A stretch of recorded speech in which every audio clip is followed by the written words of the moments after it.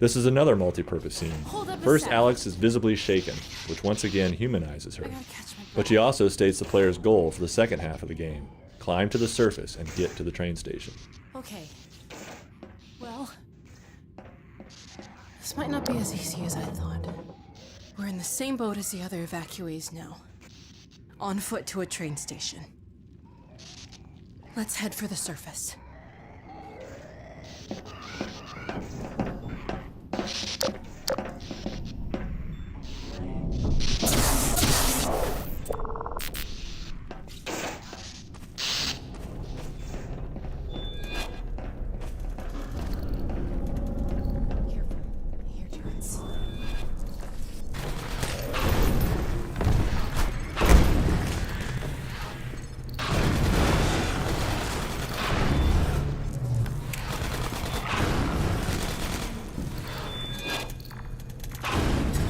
Been here so long, they're out of...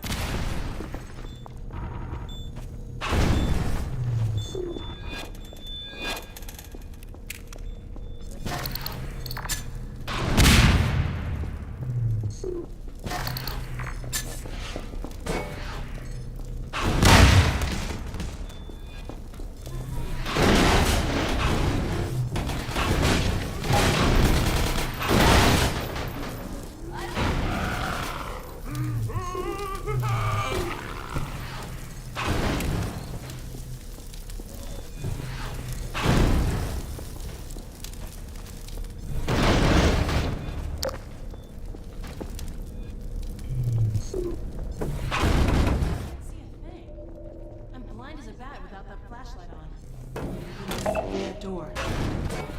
Hey, an air duct. I've heard stories about you and Alyx. Dr. Kleiner says whenever he locked himself out of his office, you and...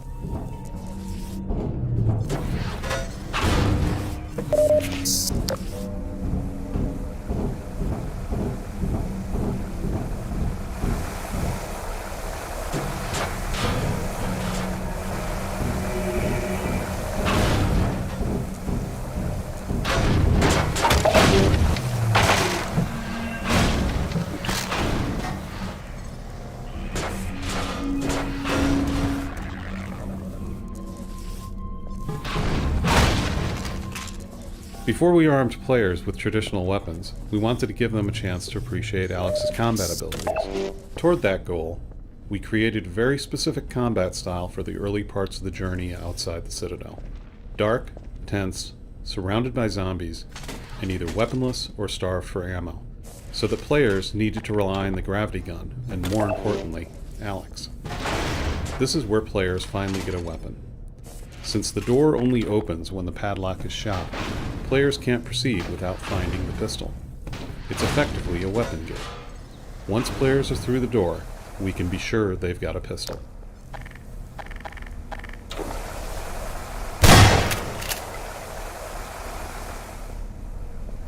Originally, the player couldn't operate the power boxes, and would have to wait for Alyx to do it. We thought it'd be entertaining to watch Alyx do some cool thing while you protected her. Unfortunately, that didn't work out. Playtesters were more annoyed than entertained.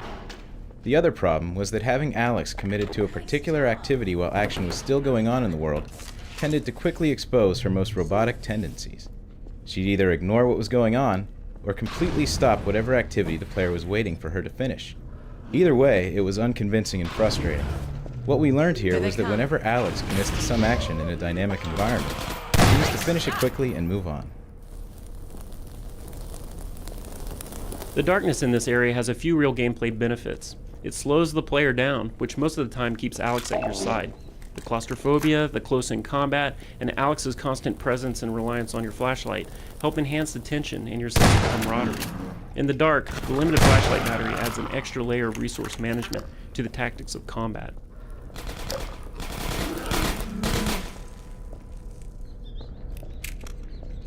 Initially, the player wasn't going to have a weapon. The combination of no weapon and near total darkness forced the player to use the flashlight to direct Alyx's fire. We liked the idea that you could interact with Alyx in a meaningful way, using elements that were already built into the interface. Unfortunately, playtesters didn't like not having a weapon, so we added weapons back in.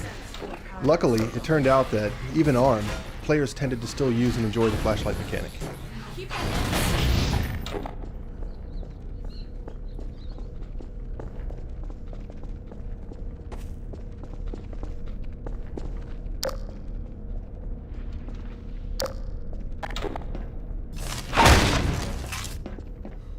If you don't like Looks like we Alyx, found a you're not going to have troop much train. fun with episode 1. So Alyx being likable was one of our most crucial design goals. What the hell is Little that? moments like the Zombine joke are designed to make Alyx more endearing. Combine zombie. Since we like to multitask,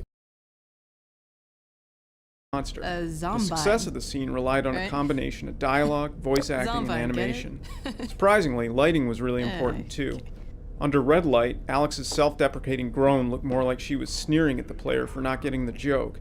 Changing the lighting to blue Crap. and then adjusting the direction Look of the out! light It's so that got a it changed the grenade! shadows on her face fixed the problem. It's important that monsters get very deliberate introductions, since players are going to interact with them a lot. Generally, we let the player first see a new monster in a safe environment, so they can start thinking about it before they have to fight it. The soundtrack here was created for the introduction of the new adversary, the combine zombie or zombie. Discordant guitar tones and bends and a lo-fi fast beat work in the background of this encounter to create an off-balance and disturbing mood.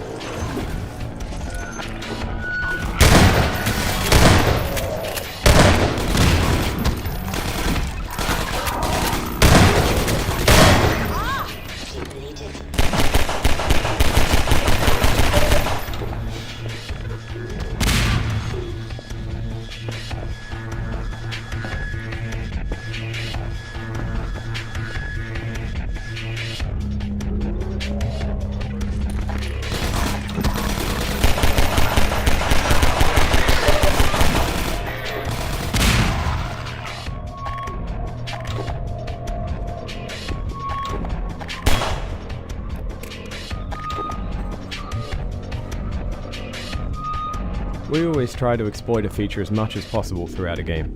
For instance, these flares.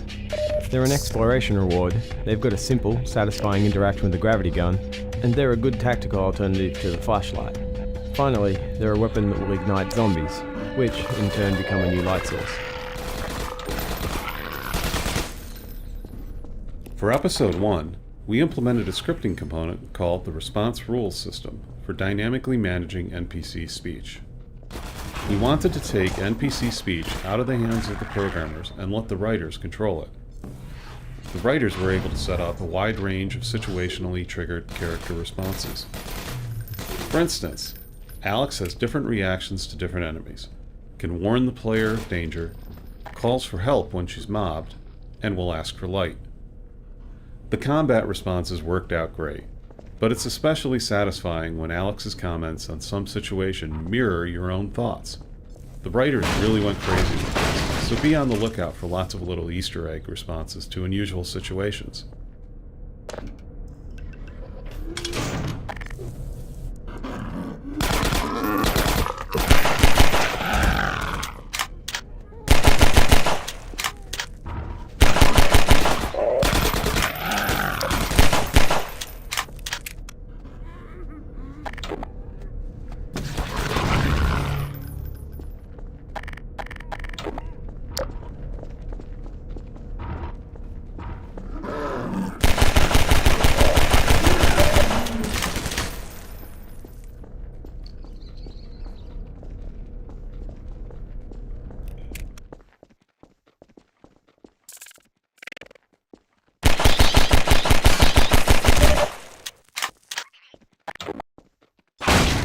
Poison headcrabs are ideal for ambushes, because they startle you, but can't actually kill you.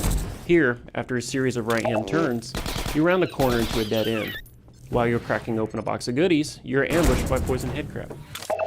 Constructing the ambush this way increased the odds that you wouldn't see the crab, but you would hear it just in time to turn around as it leapt at your head. The antlion hold training is unusual because it requires the player to learn a new skill in combat. This is a rare case where training occurs under duress, so Alyx states the problem and helps in the fight without giving away the solution.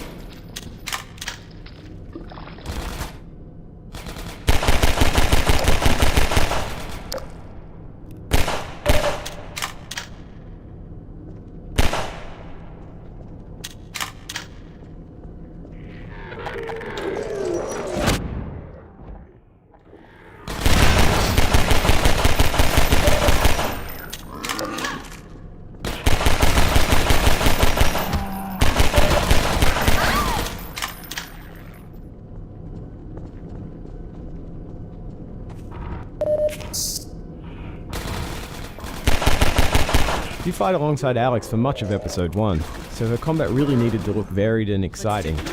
We especially wanted to get her into some kind of convincing physical contact with her enemies. We'd always wanted to do this kind of dynamic character interactions, but getting the NPCs into position for their interactions has a pretty wide-ranging set of problems. So we ended up taking an opportunistic approach for episode 1, where instead of figuring out how to maneuver characters into proximity, the system monitors their positions and fires the appropriate animations whenever it notices that they're correctly aligned. Given how well these interactions worked out between Alyx and zombies, headcrabs and antlines, we're really looking forward to extending this kind of behavior to all of our NPCs.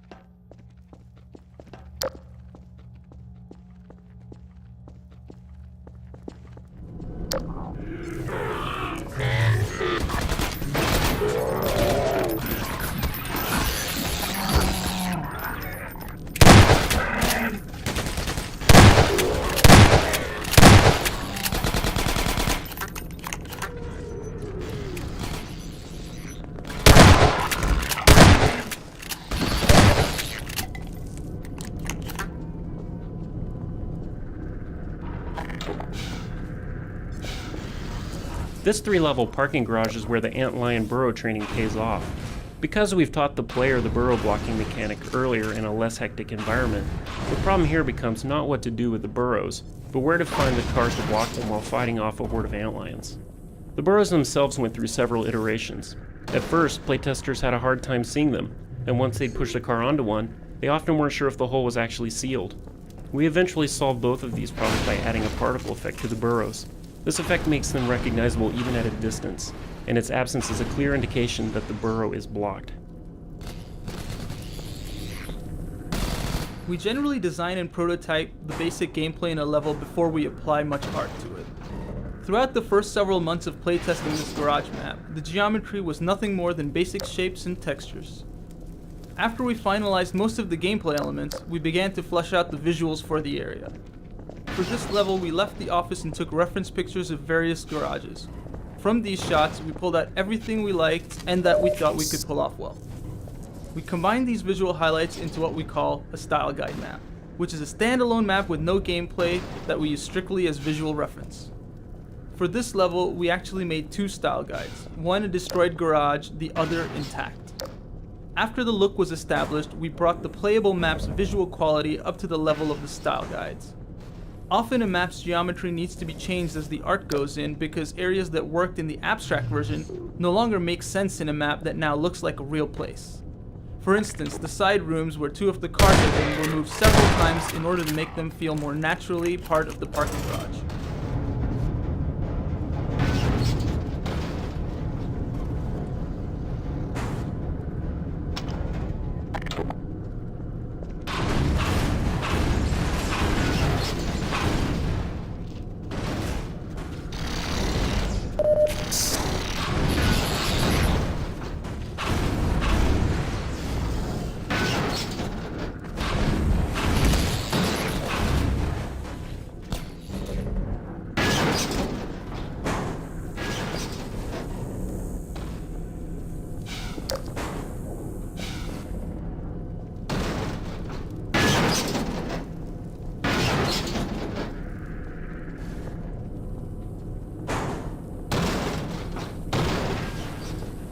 That's better. I can hear myself think.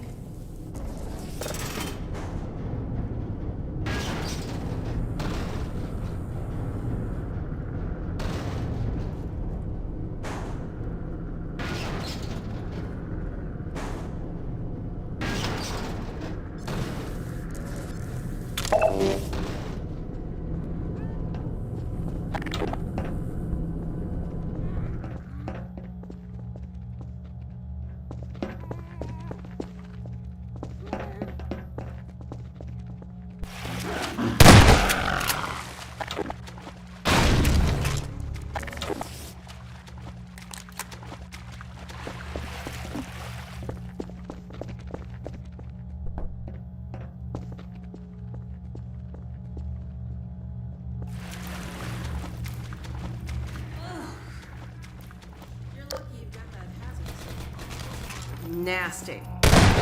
Got room for two in there?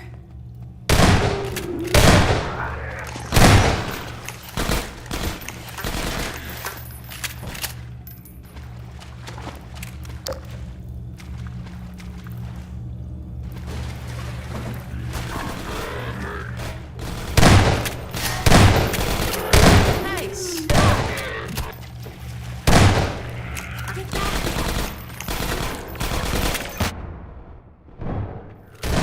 back.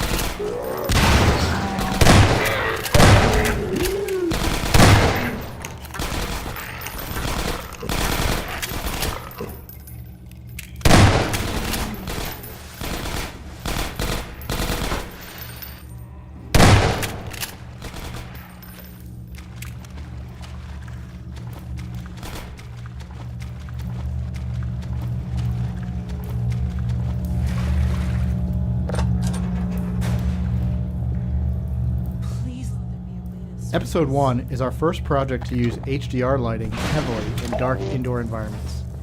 The interaction between the flashlight and the auto exposure calculations done for HDR presented a real technical challenge.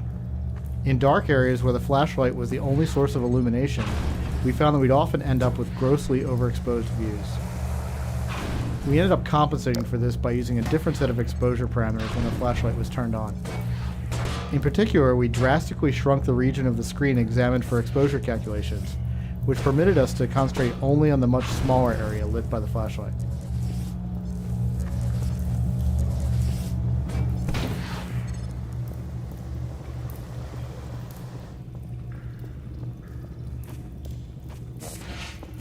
I don't believe it. An actual elevator. I would have settled for stairs.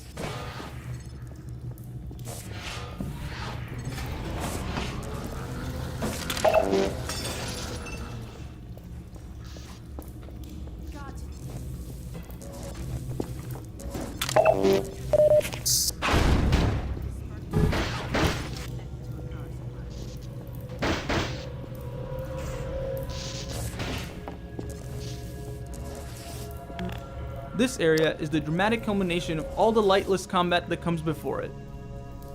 We wanted to create a dynamic fight that lasted several minutes while you waited for the elevator to arrive. The first iteration of this battle was very different from what we eventually shipped. The space was larger, had water in it, and wasn't completely dark. Water is relatively expensive performance-wise, so we cut that in favor of more zombies. We made the level smaller to ensure that the player would see the elevator and recognize the problem that needed to be solved before the fight started. We killed the lights both to enhance tension and to make the scene a final test of the dark fighting skills that the player develops over the course of the episode. Finally, we added a wire running along the ceiling from the elevator to the power box to give players a guide as they familiarize themselves with the area. In early versions of the episode, Alyx was much more vocal about giving the player hints. However, playtest showed it was much more satisfying for the players when Alyx stated a goal and then stepped aside until that goal was accomplished. Because of that feedback, almost all of Alyx's hint lines were cut. Eventually, though, we discovered through more playtesting that although players didn't like having Alyx hand them unsolicited hints, they did want to be able to explicitly request help from her. So we added some of the hint dialogue back in, but it's only accessible at the player's request by Plus using Alyx. Unfortunately, we learned these hint lessons late in the development cycle and didn't have time to properly train players for this feature. We plan to integrate the hint-on-demand dialogue more thoroughly in future episodes.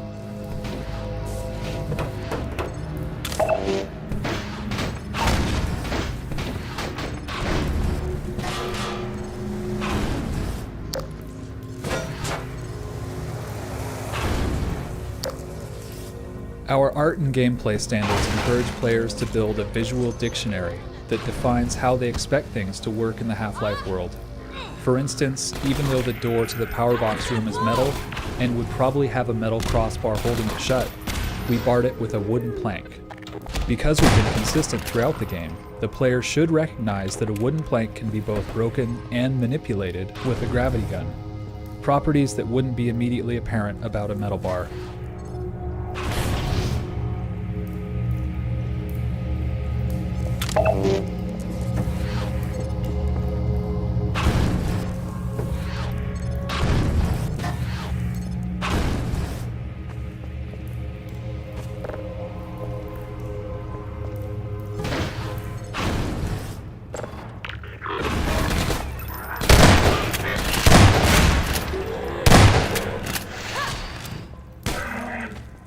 We're really happy with the Zombine's grenade behavior. It adds sudden danger spikes to the zombie horde, which force players to quickly reprioritize the targets. And since the player can grab a grenade out of the Zombine's hand with a gravity gun, these danger spikes can be converted into offensive opportunity. This kind of turnaround skill shot creates some dynamic, satisfying hero moments for the player. Originally, we didn't allow the player to snatch Zombine grenades because we felt it broke the fiction of the gravity gun. If players could grab a Zombine's grenade, why couldn't they grab the Combine soldiers' guns? After playtesting the grenade steal though, fun won out over consistency.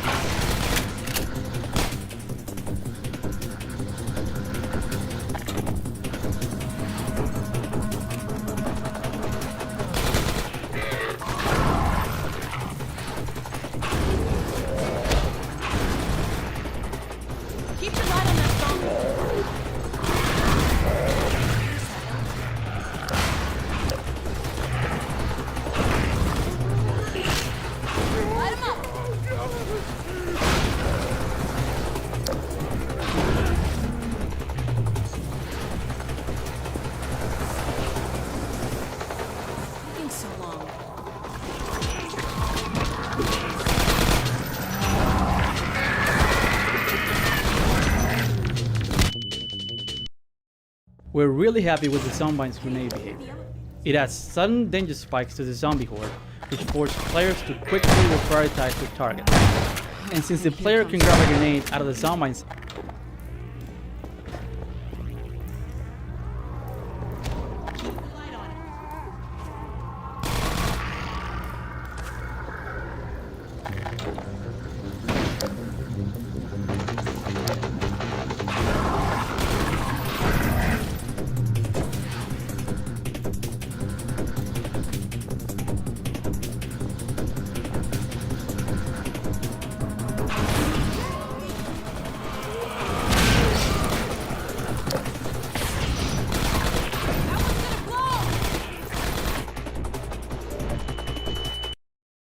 We're really happy with the Zombine's grenade behavior. It adds sudden danger spikes to the zombie horde, which force players to quickly reprioritize the target. And since the player can grab a grenade out of the Zombine's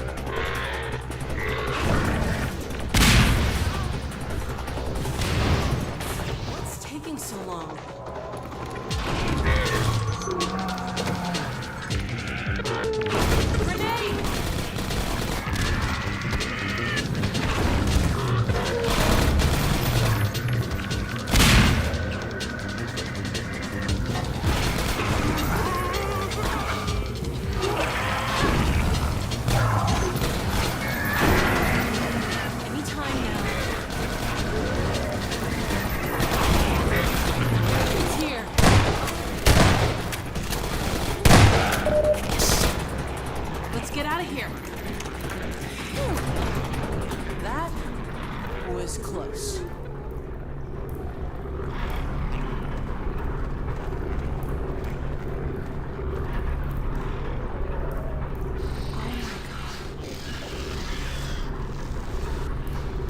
I hope it's still light out.